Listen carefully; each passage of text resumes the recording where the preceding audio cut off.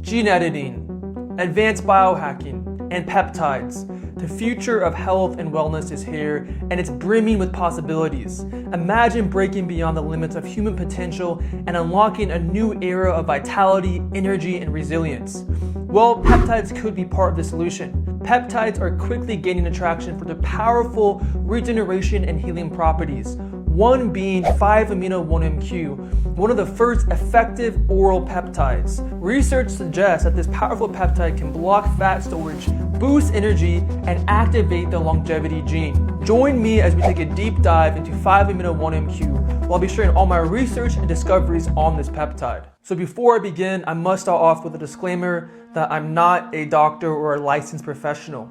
All the information in this video is purely for entertainment and educational reasons.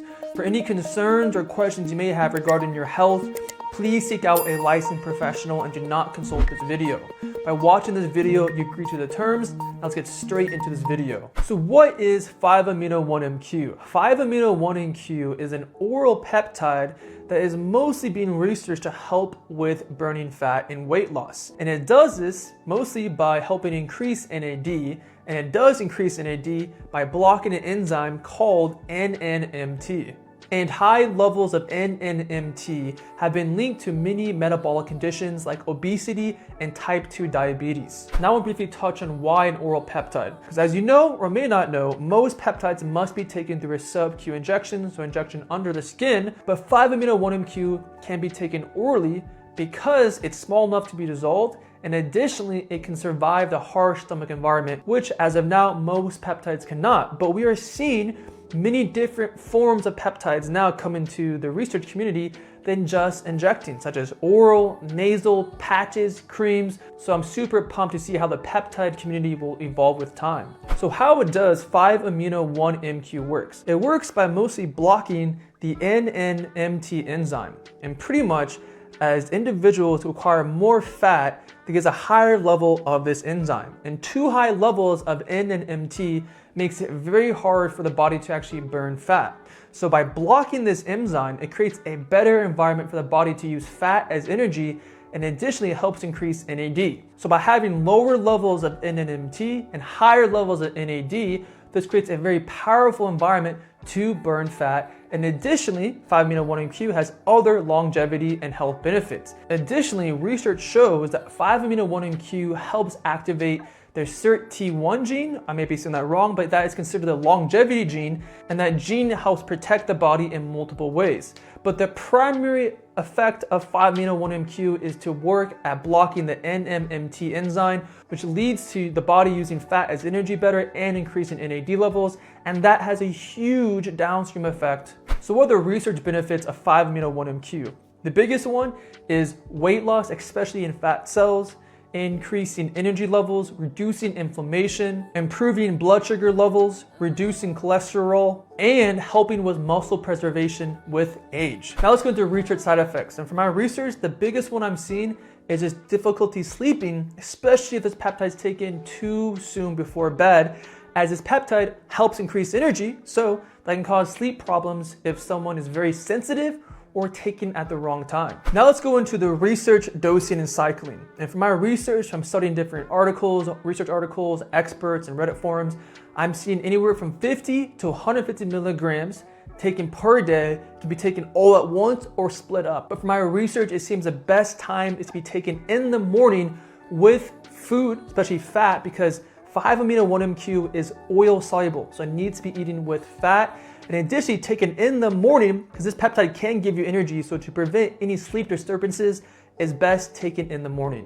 And when it comes to cycling, I've seen anywhere from 3 to 6 weeks long, with a 1 to 2 week break between if needing to cycle longer. Personally, I would do a longer off cycle, but it can be a shorter off cycle if the goal was not met. Now let's go into other peptides I would take with 5-amino-1-MQ. First would be some kind of GHRH with a GHRP, so such as like testosterone with ipamorelin, because those help create and release growth hormone. And growth hormone is powerful for help building muscle and burning fat and just overall metabolic health. Next would be either AOD or FRAG 176191, which that really targets fat burning. Next would be some kind of GLP, such as semaglutide or tirzepatide or retatrutide, because those help a lot with weight loss, blood sugar levels, and appetite control. So other peptides I would look into would be kisspeptin-10, especially if the main research goal was more for building muscle and testosterone optimization, as kisspeptin can help with that. Another would be IGF-1LR3, which is a very powerful peptide for building muscle and burning fat. And one side note is that 5-amino-1-MQ is actually often used for individuals wanting to actually build muscle and preserve muscle mass, as that is another benefit of 5-amino-1-MQ. And lastly would be PEG-MGF, because this is a great peptide for muscle recovery. So again, it really depends on the researcher's goals of using 5-amino-1-MQ. Now let's go into supplements I would take with 5-amino-1-MQ. First would be some kind of bitters, as bitters are a type of herbs that help actually manage blood sugar levels, especially before meals. Next would be some kind of testosterone booster, a natural testosterone booster, as testosterone is very important for having good metabolic health. Next would be looking into vitamin D with K2, progesterone, and DHEA. Those are all precursors to having very good hormonal health, especially done in the right dosage and the right amounts. Next would be DIM. Next supplement would be NAD and glutathione. These are crucial for having good metabolic health and to detox. I think all of these together can be very powerful to combine with 5-amino-1-MQ. Now let's go into some lifestyle tools to add to 5-amino-1-MQ. First would be animal-based diet with fasting. I think this is a very powerful way to feel nourished and at the same time have great metabolic health.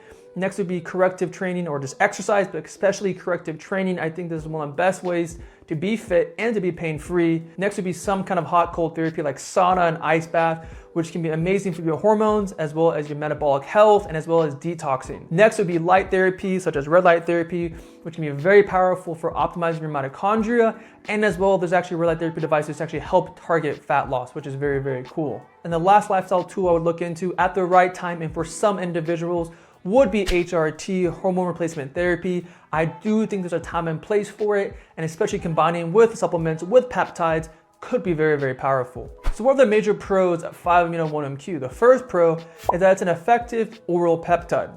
The second pro is that it helps increase NAD, which is vital for many different things. And the last pro is this can be very powerful for anyone who's in a weight loss rut, as 5-amino-1-MQ blocks a major enzyme that prevents fat from being used as energy. Now let's go into the cons of 5-amino-1-MQ. The first con is that this can be a very expensive peptide, especially if you compare peptides as a whole, as there's some peptides that might be $50 a month, as other peptides might be $100 a month, whatever it may be. 5-amino-1-MQ tends to be on the most expensive side regarding the peptides themselves. The next con is I don't like the idea of blocking an enzyme, as 5-amino-1-MQ does block an enzyme, which can be good for a short period of time, but I think for a very long period of time, I don't like the idea of having something blocked in my body, but using the right strategy and context can be very powerful. So what is my overall opinion of 5-amino-1-MQ? Overall, I think it's a very great peptide. I love how it's oral. I love how it increases NAD. I love how it targets a major enzyme that can prevent individuals from burning fat. I love how it targets mostly fat tissue,